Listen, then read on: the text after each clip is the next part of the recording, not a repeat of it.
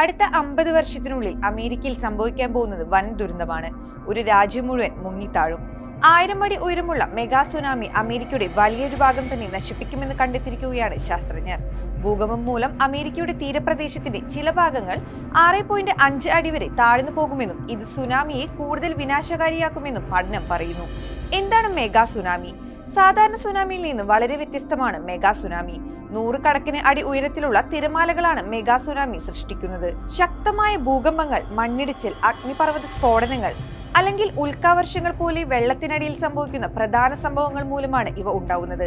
സാധാരണ സുനാമിയിൽ നിന്ന് വ്യത്യസ്തമായി മൈലുകൾ താണ്ടി ഉൾനാടുകളിൽ പോലും ഇതിന്റെ പ്രത്യാഘാതങ്ങൾ എത്തും. തീരദേശം മാത്രമല്ല, ഉൾഗ്രാമങ്ങളെ പോലും ഇവ നശിപ്പിക്കും.